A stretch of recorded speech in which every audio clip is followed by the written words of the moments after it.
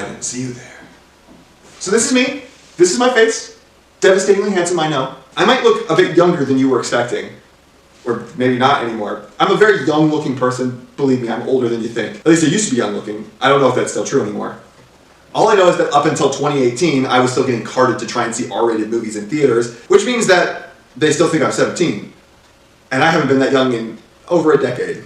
So you're gonna find that this video isn't as fast-paced as my normal stuff. This is gonna be unscripted, barely edited, and off the cuff. 1,000 subscribers. Closer to 1,500 now, I know. I mean, I said, like, it was probably going to be around 1,400, and it turns out that prediction was dead on, because it took a while to set all of this up. But, I can't believe it, guys. Like, I don't know how well I'm at a loss for words. I don't know how well I can thank you all for this welcome.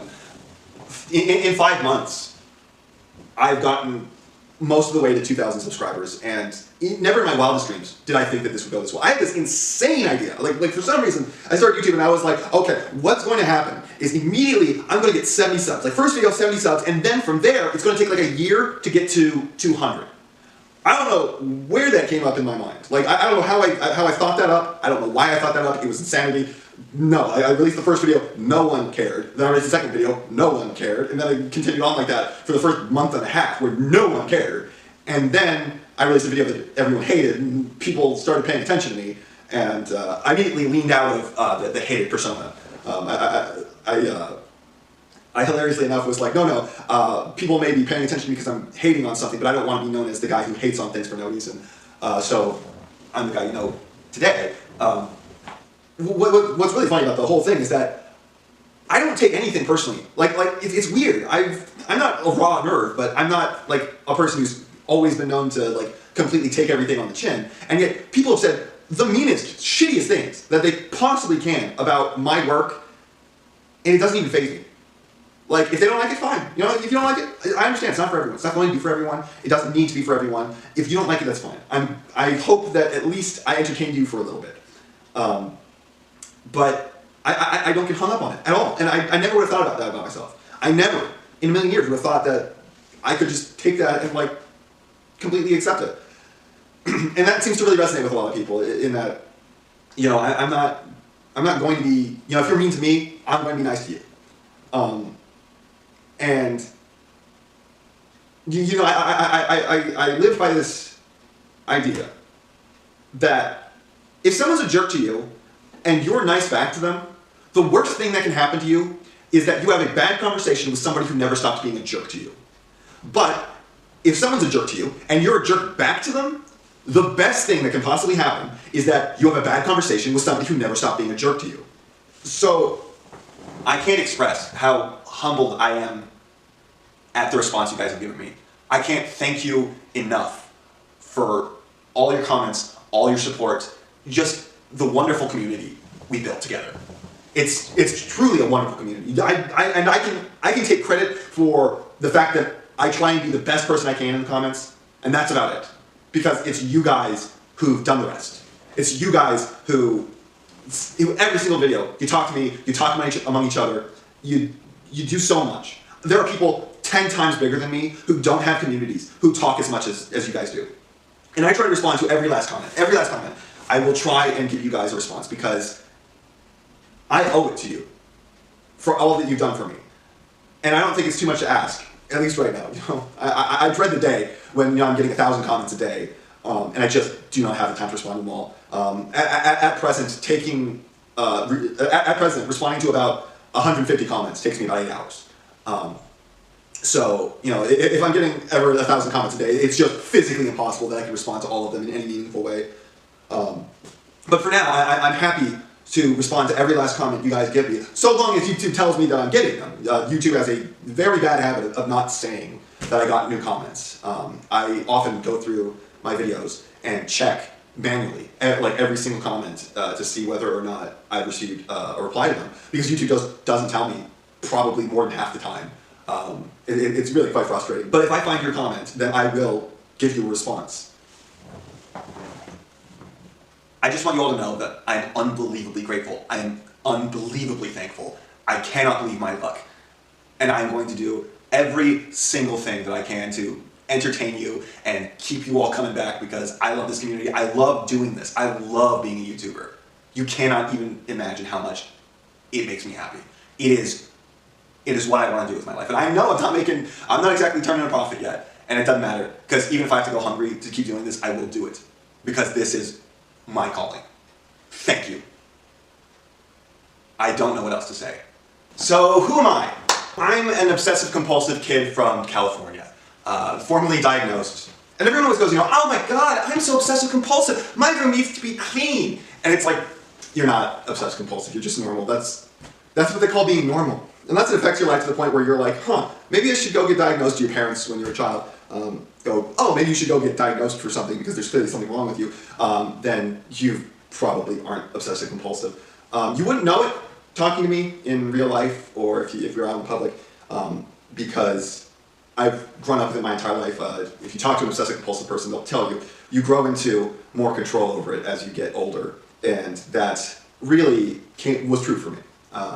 I was completely a social pariah in grade school, like the weird kid who does weird things like exhales until they can't breathe anymore, and just has all manner of strange habits. And now, if you talk to me in public, I'm just some guy with probably a little too much energy. I probably talk a little too fast for many people. This is a lot harder when I don't have a script or nothing to rehearse. I had a bunch of ideas in my head for what I was going to do, and now that I'm sitting here trying to talk about it, I can't remember any of them in order. Fantastic. So let's just jump into how I got into the Transformers. And how that started was really, I'm born pretty much directly in the middle between Beast Wars and G1. I'm a little closer to G1. When I was growing up, we used to have what we would say was 2.5 channels. We didn't have a lot of money, so we didn't have like a nice cable package or anything like that. We didn't have satellite or anything for years. We had an antenna, and that antenna could pick up what we would describe as 2.5 channels. And those 2.5 channels were Channel 6 and Channel 2, if I remember correctly. It was either 2 or 8.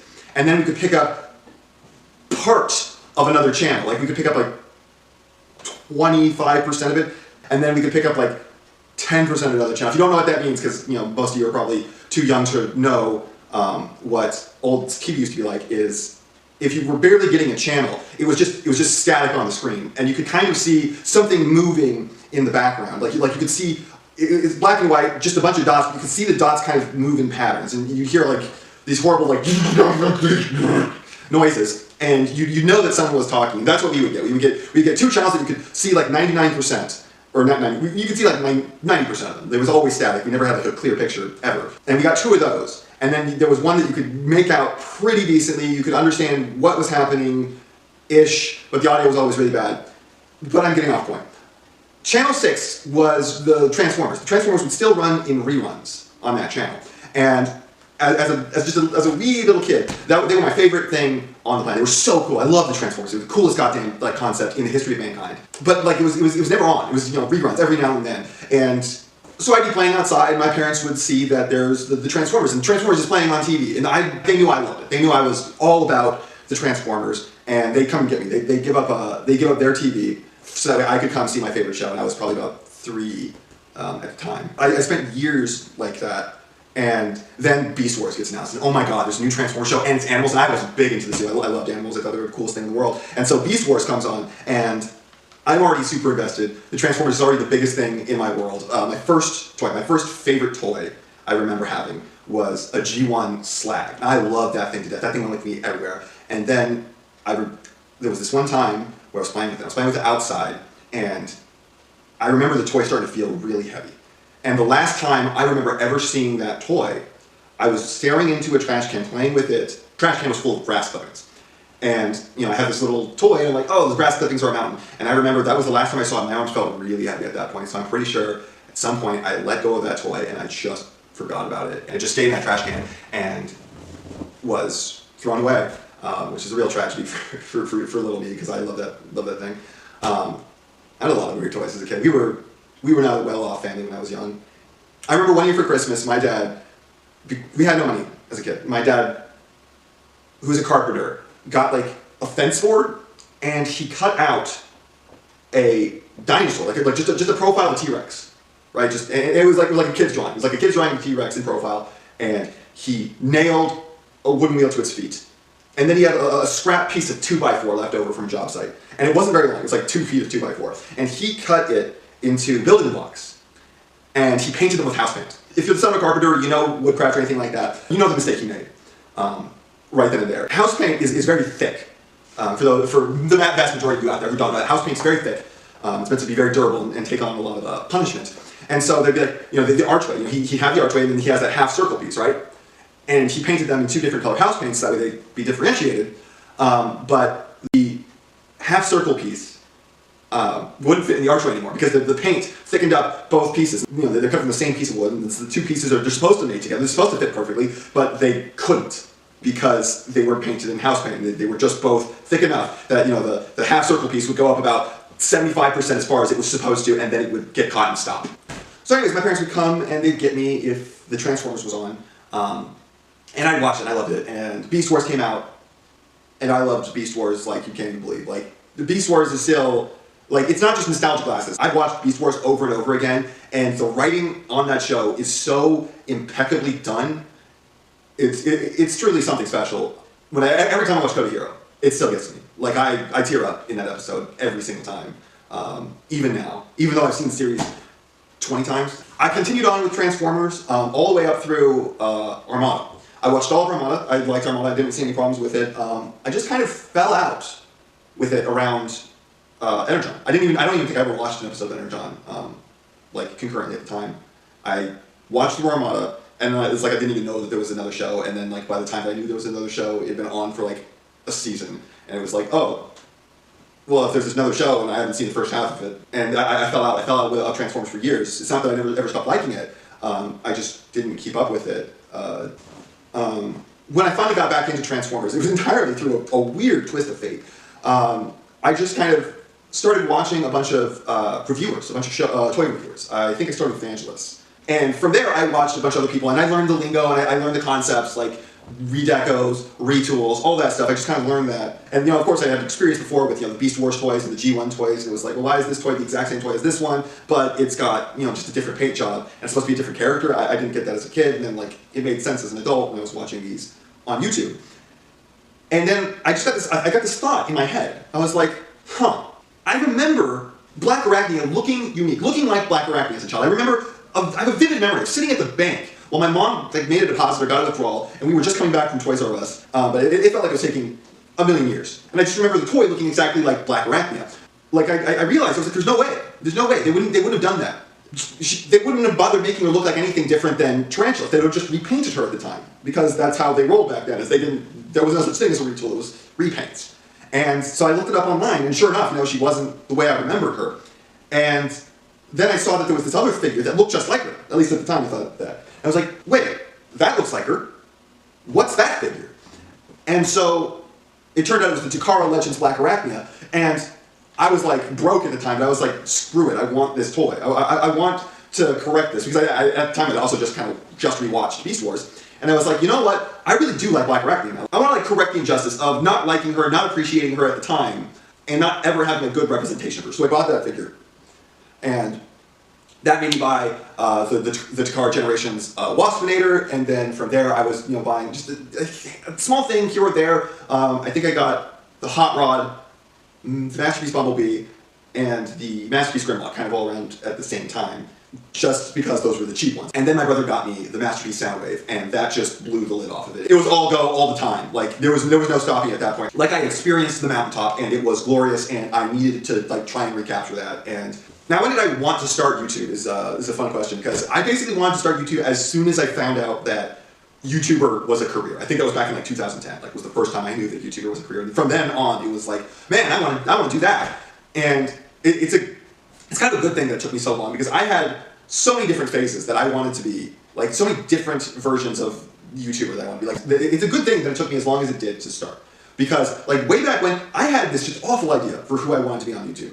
It was terrible, stupid idea. Where I was like, I'm going to be really acerbic, and I'm going to be really cocksure and certain of myself, and if anyone disagrees with me, I'm going to say, no, you're wrong, I'm right, and I'm smarter than you. And it's like, and now, like, if you talk to me in the comments, you'll know that that's nothing what I'm like. If you disagree with me, I'm going to be like, yeah, you're just as valid as I am. You're not going to be catching any arguments from me if you tell me I'm wrong.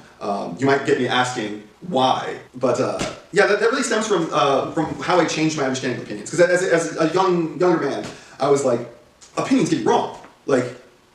I was seeing like opinions can be wrong. Like everyone's always saying stuff, and it's like, no, that's wrong. And now that I'm older and I've come to comprehend it better, it's like, no, opinions can't be wrong. But a lot of the time, people will label something, like anything they think, as their opinion.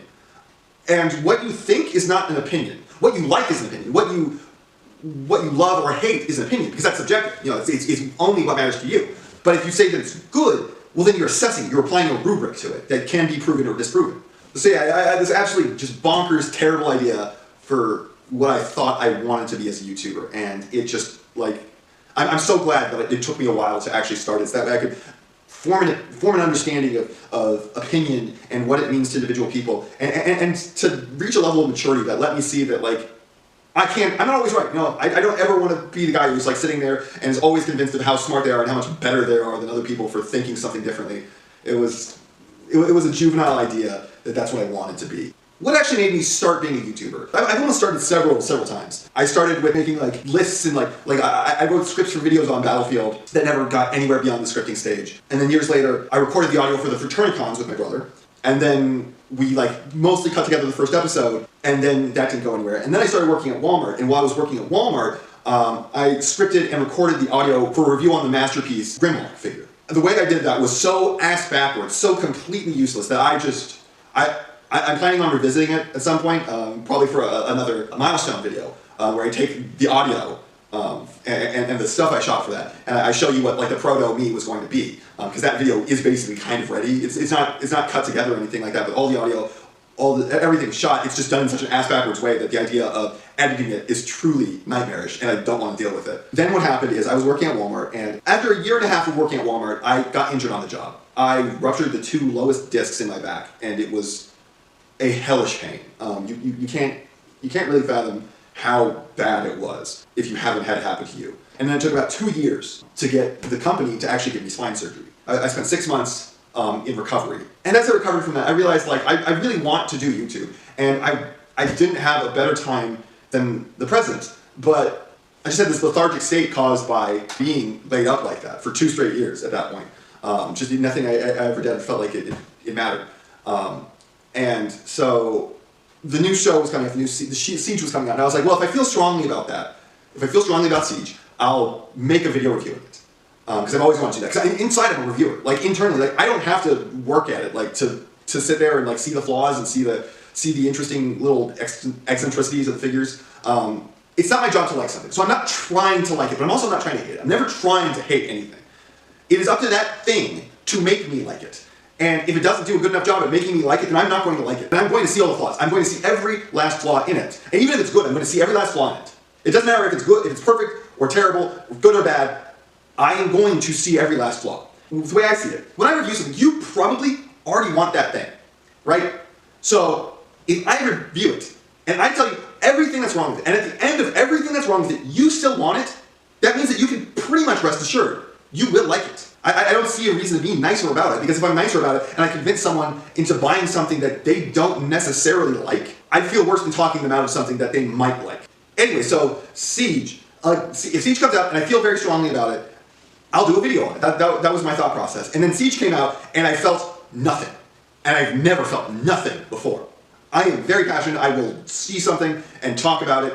And internally, I am a reviewer. I think things to death. My entire life, I have thought every single thing to death. I will lay in bed sleepless almost every single night if I've seen a movie or I've played a video game, and I will just spend the entire night listing off the positive qualities and formulating my ideas into a review. And I've done this since I was a kid.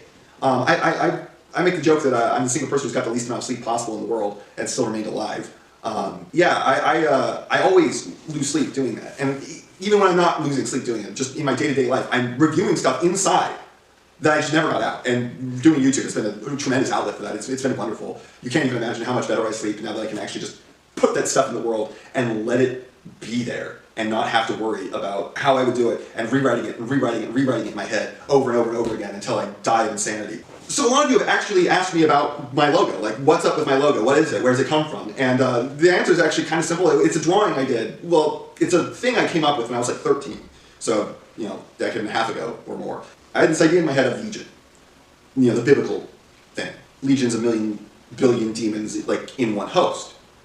And I kind of imagine that like a senate. You know, if there's 1,000,001 demons, they're all different kinds of demons. You know, there are succubuses, there are, you know, war demons and deal-making demons and all kinds of demons that want different things. They don't necessarily all want to kill something or just go crazy, and they all have control of this person. So if they all are trying to exert control over a person, then they all have to vote. The most safe result is the thing that gets voted for almost all the time. The idea was that it would make this theoretically incredibly powerful being because it's billions of demons in one host.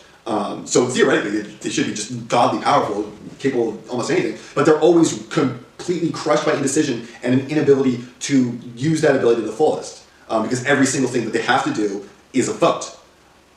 And so anytime that they do anything, it's the most middle of the road between everyone else decision that they can make. And so my logo is what I call the Legion face. If Legion decided that it was going to fight, then it would shroud itself in darkness, and its face would be shrouded in basically a completely featureless mask that was relatively triangular and slanted, because it's just, there's no personality to it. It comes across as like as we are a dark being. Here's our featureless face that got voted on by the majority of people because it didn't offend them the least. So originally I took the logo and I put the Legion face there, and it was just originally it was a little bit more plain.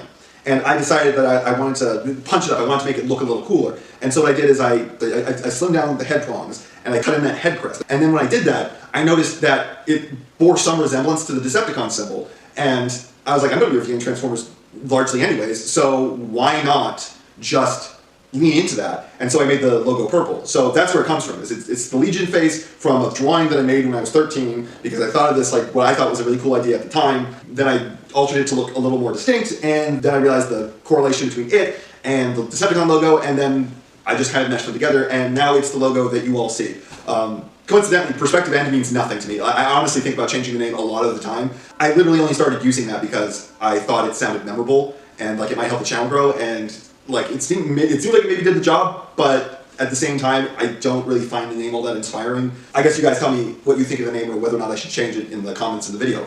So a lot of the people watching are aspiring YouTubers, and I've got some advice for you. Take everything I say with a grain of salt, because I'm not huge myself. I'm just a guy who's growing relatively fast and thinks that maybe they found the secret sauce. For starters, one thing I do know that you need to not do have an opening more than 5 to 8 seconds long. Don't have it at all if you can. And when I say opening, I mean don't have a graphic that runs on screen for more than 5 to 8 seconds. I went to college for video game development, and in that there was for some reason a lot of prerequisites that were classes that kind of taught you how to be a YouTuber. And the one thing that they hammered into our heads over and over and over again is you do not want an opener at all. But if you have one, do not make it over 8 seconds long. Never even consider it. Because at 8 seconds, you're already starting to lose people, and it just gets exponentially worse from there. So don't have that. Next up, personally what I found really works is make your videos shorter than 10 minutes long. You want your videos to be clickable, that someone at any point of their day can look at it and be like, yeah, I got time to watch that now. Next up, do what I do in the comments, right? Even if, unlike me, you find it really offensive when somebody tells you that you're an asshole, or you're an idiot, or you don't know what you're talking about. Even when someone's like that to you, just be good to them. Just be nice to them, just be as friendly and as pleasant as possible, because you will never get them to come over to liking you by being rude back at them. No one's ever been convinced to be better by someone being bad back at them. Next up, I would say script. Always script. I know that there's a good desire to just have a figure and just kind of ramble about that figure. It doesn't let you get in any jokes. It doesn't let you say very cohesive thoughts, and it pads out the video in this. You don't. A lot of people don't care about a lot of the little extra bits and bobs there. Most people don't care about the box. Most people don't care all that much about the accessories. They might be okay with hearing about it for a second. They might be okay with looking at the box for a second, but they don't want to spend any time on it. So script. And once you're done scripting, go through it. And I know how painful this is, but believe me, one of the best things you can do with your script is you go through your script, and then you just be like, oh, this isn't important enough. This isn't important enough. Get rid of this. Rip out anything that doesn't seem like it's important enough for people to care about. And that will serve you well, I think. It'll make your video shorter, it'll make your video more succinct, and it will get rid of anything that will make people want to stop watching you. And then there's the origin of my outro. It basically came about from a very simple place. I mean it when I say it. Usually, when I say, that's not half of what I have to say, I really mean it's probably not half of what I have to say. I probably have a lot more to say. But on that note, that's not half of what I have to say, but it's enough of what I have to say. But it's enough of what I have to say.